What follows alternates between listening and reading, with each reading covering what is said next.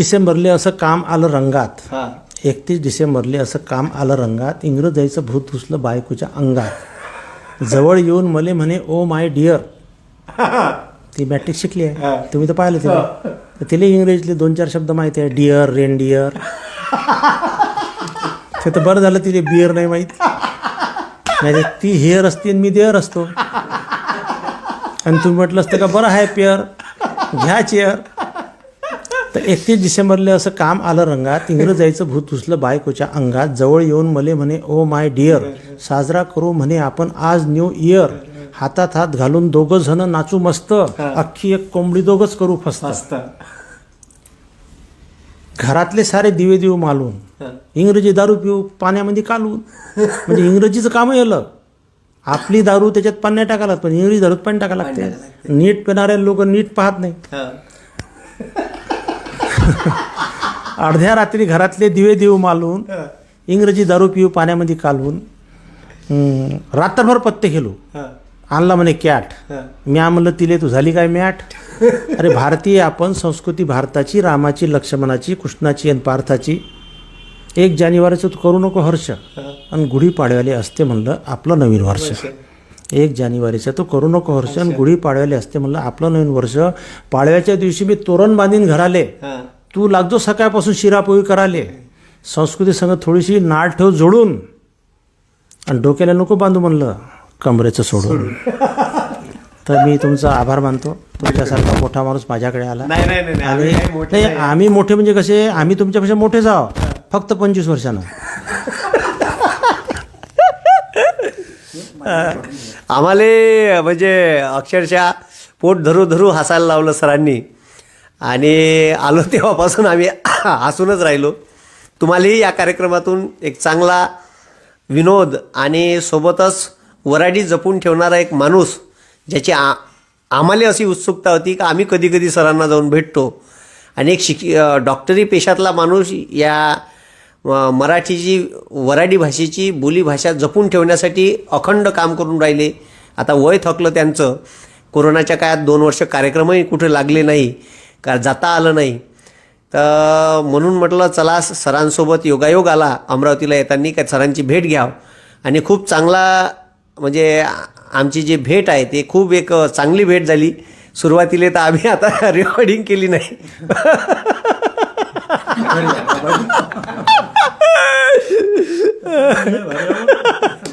Sir आहे म्हणते आभारी.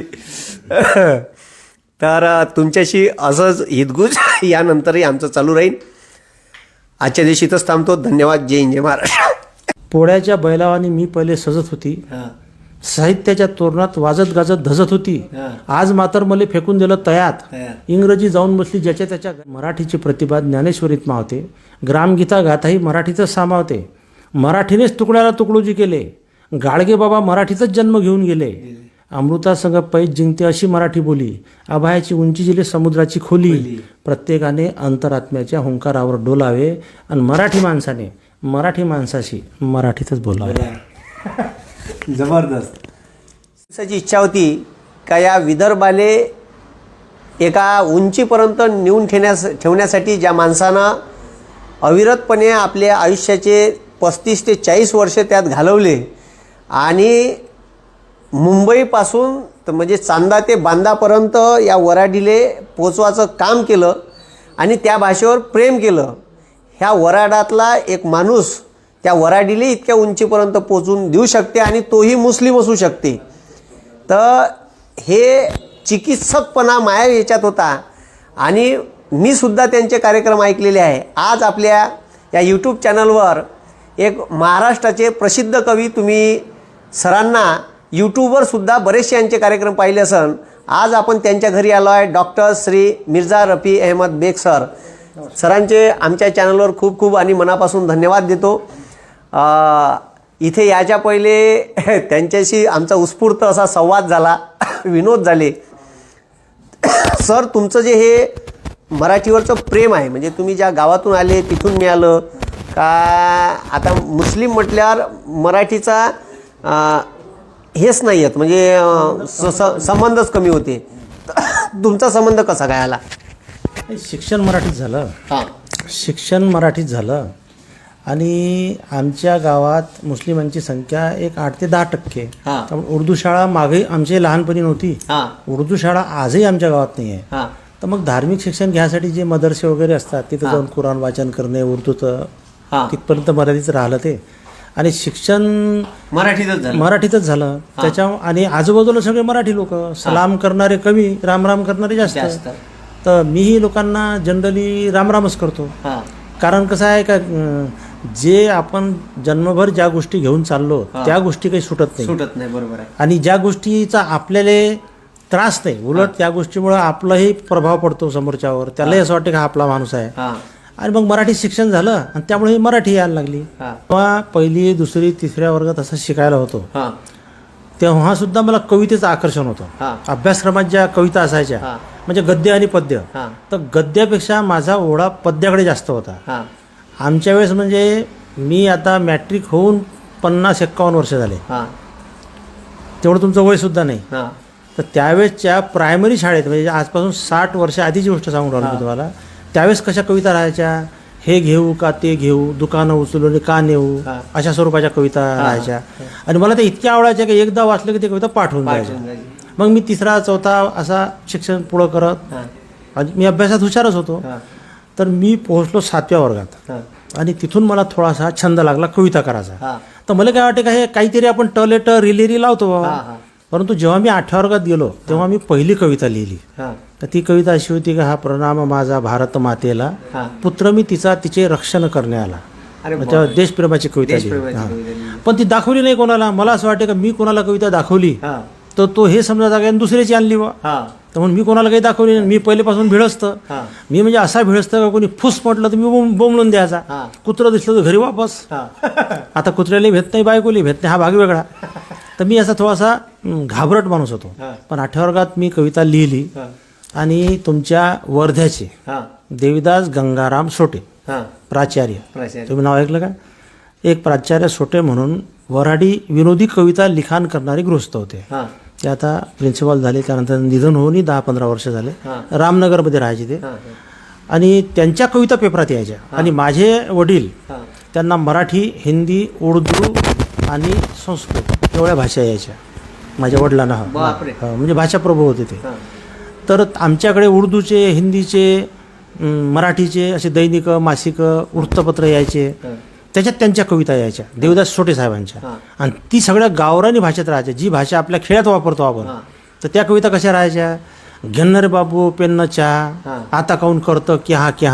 हा ही देवदास सोटेंची कविता आहे. अच्छा. हे मी माझ्या नावाने खपवली तरी चालते, पण ही कविता त्यांची आहे. हा तर बघ, घेणं रे बाबू पेन्न चहा, आता काऊन करतं क्या का. हा सकाळी जपीतून पोट्ट उठलं, हा. तोंड नाही धुतलं, घरात घुसलं, हा बोंबले मायपाशी चहा मले देणं, माय म्हणे जरासा थांबूनच जाणं, हा. पोट्ट्यानं भल्ली किरकिर केली, हा. मायली बी एकदम सन्नक चालली, हा. धसकन गणतीनं चुलीवर मांडला आणि भस्कन चुलीत उबाया लावला. हं? आणि हे त्याची अशी कविता होती ते. हा आणि ती कविता मी वाचली, मला ती आवडली. मला मग विनोदी कवितेकडे वळलो मी. हा आणि माझे काका होते एक मजिद बेग मिर्झा, त्यांचं निधन झालं आता.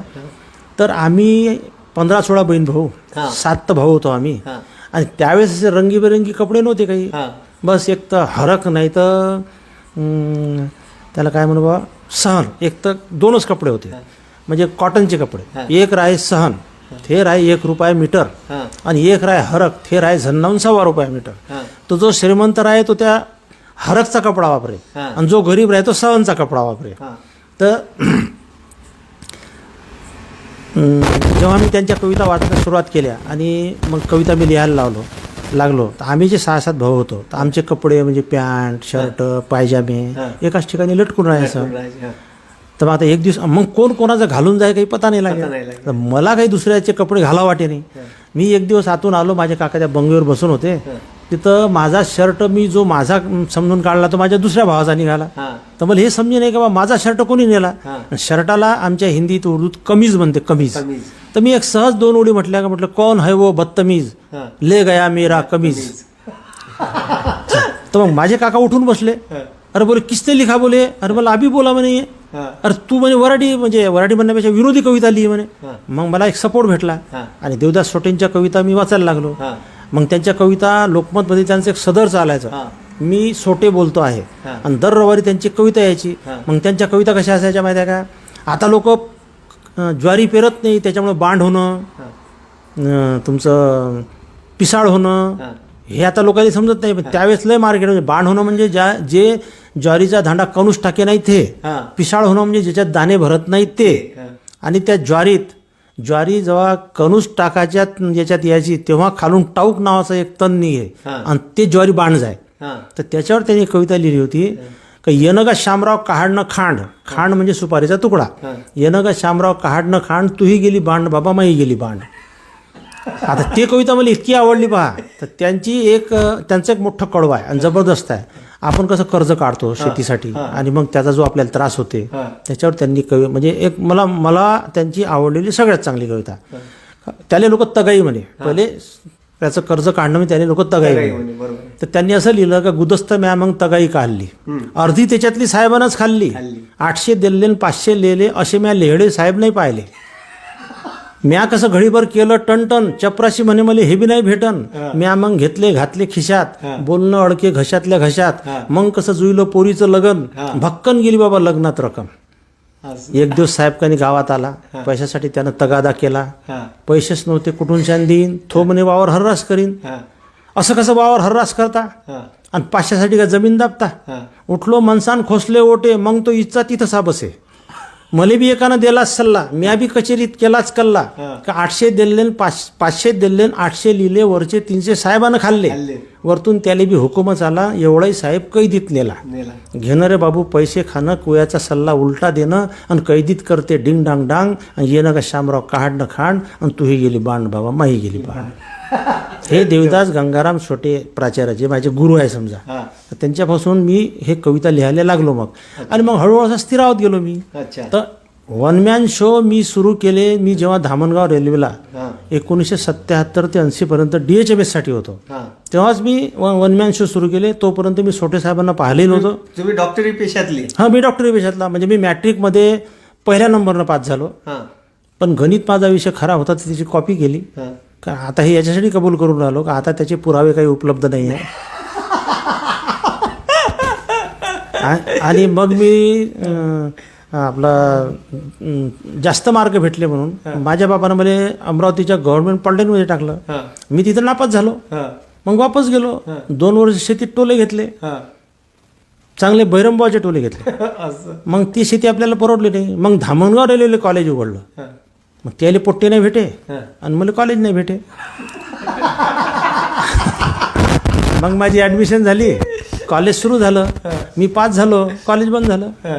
2 बॅच निघाला, कॉलेज बंद झालं. तुम्ही कोणाकोणी माहिती काढा, धामणगाव रेल्वेचं होमिओपॅथिक कॉलेज बंद झालं. तुमच्या इथं स्वावलंबी नावाचं होमिओपॅथिक कॉलेज वर्धेला, ते बंद झालं. मग मी DHMS केलं. मी दवाखाना टाकला. दरम्यान साहित्य संमेलनात गेलो, मग कविता त्याच्यात आल्या. मग नंतर कवी संमेलन जायला लागलो.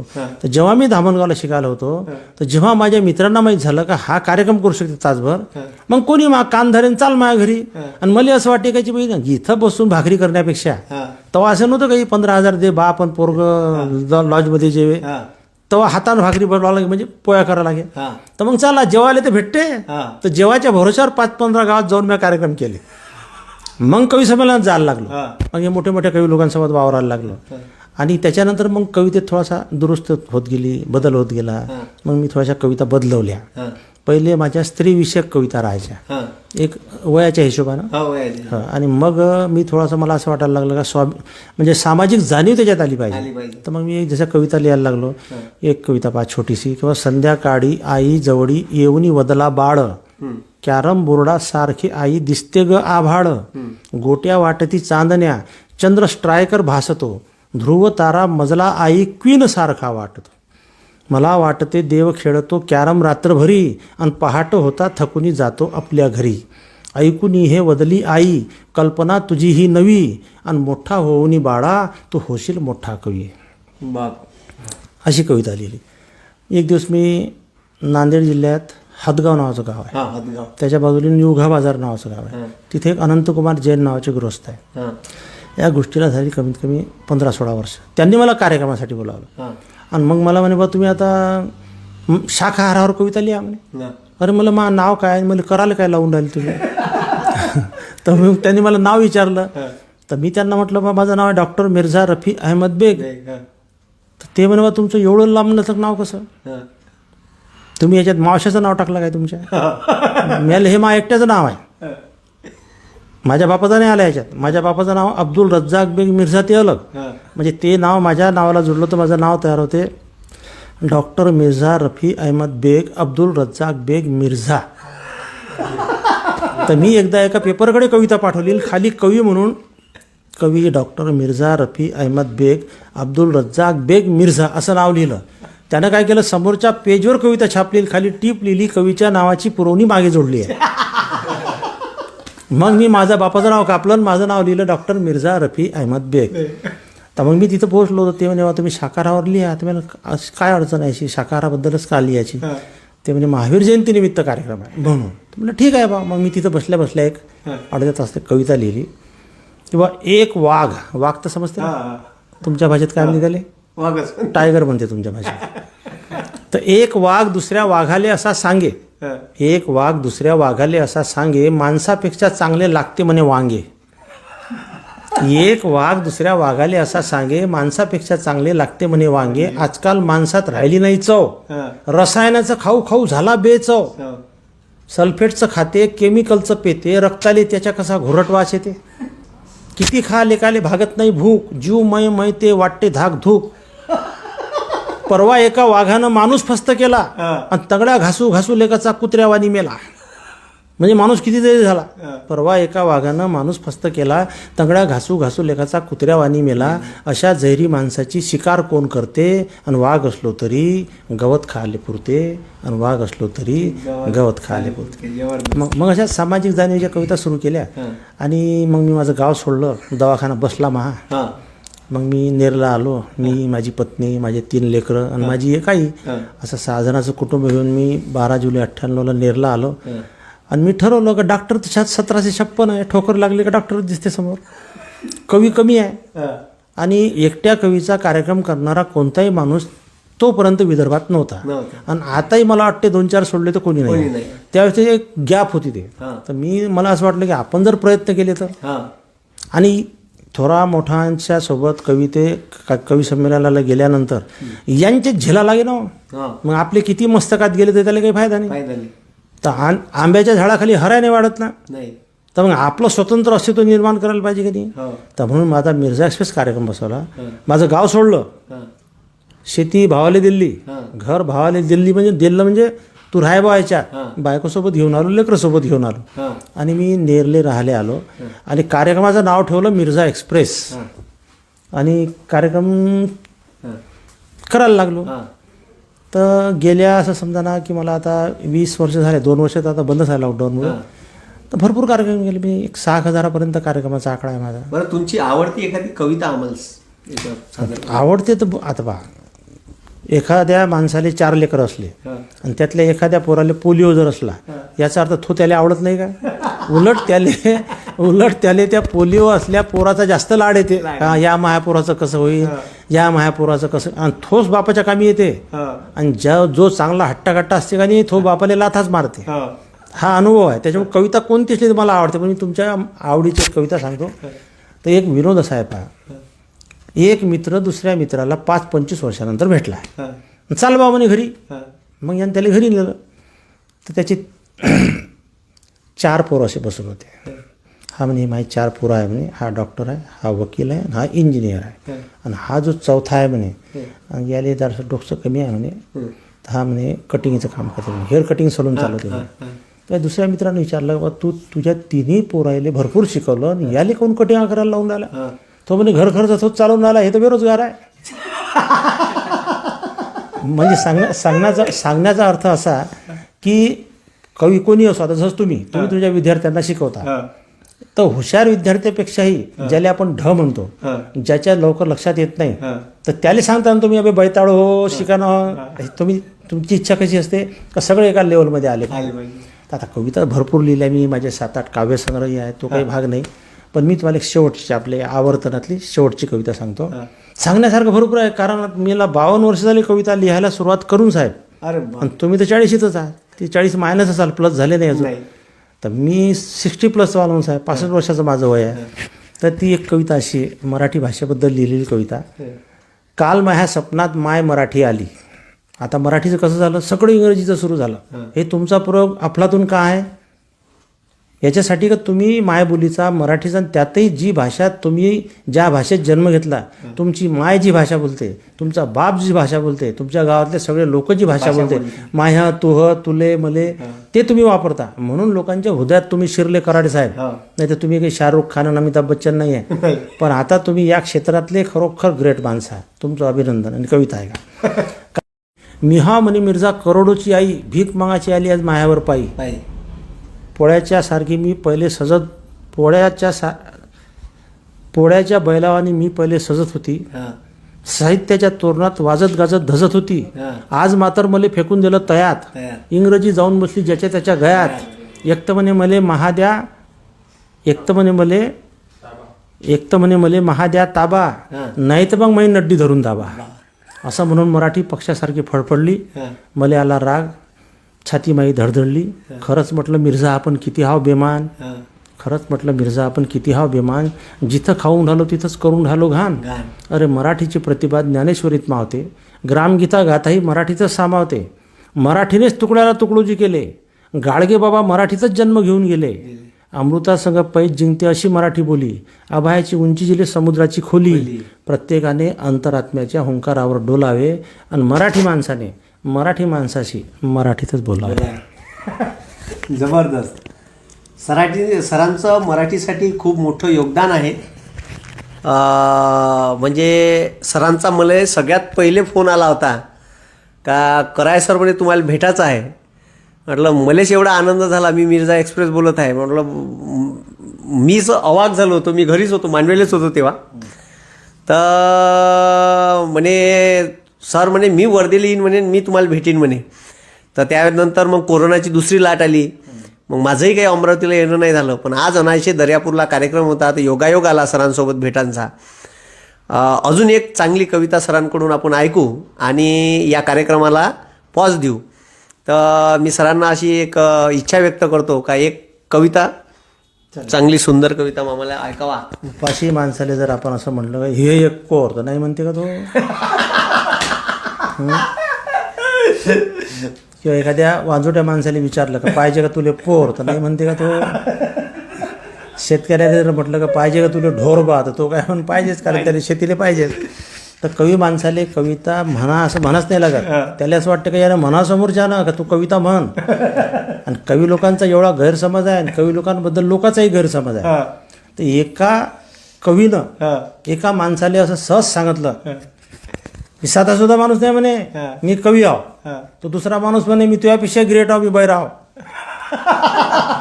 म्हणजे तू काही कविता सांगू नको आणि मी काही कविता ऐकत नाही. तर पहा कविता भरपूर सांगण्यासारखी आहे, पण तू एक तुम्हाला शेवटची कविता सांगतो, कारण या 5, 10, 25 मिनिटात संपण्यासारखा हा विषय नाही. हे खत्म, कारण आम्ही तुमचे 2-2, 3-3 तास पाहिले ना, त्याच्याशी आपला कण नाही जिरत ना. कारण कसं आहे माहिती आहे का, मी कवी संमेलनातून पलायनच यासाठी केलं की बुवा आपण कुठे चाललो कार्यक्रमाला, वर्ध्याला 150 किलोमीटर, तिथं गेल्यावर 2 तास कार्यक्रम चालायचा. 10 कवी 15 कवी आपल्या हिशोबावर 5 मिनिटं 7 मिनिटं हे मोठे मोठे कवीच घोषून टाकायचे. मग आपल्याला खरड, जसं गरीबाले बरड, अशी अवस्था व्हायची. म्हणूनच माझा एकट्याचा कार्यक्रम सुरू केला मी. तर एक माझ्या घरी घडलेला हा प्रसंग आहे. ते प्रसंगाचं पहिले गद्यात्मक वर्णन केलं तर बराच वेळ लागते, मी तुम्हाला डायरेक्ट कविता सांगतो.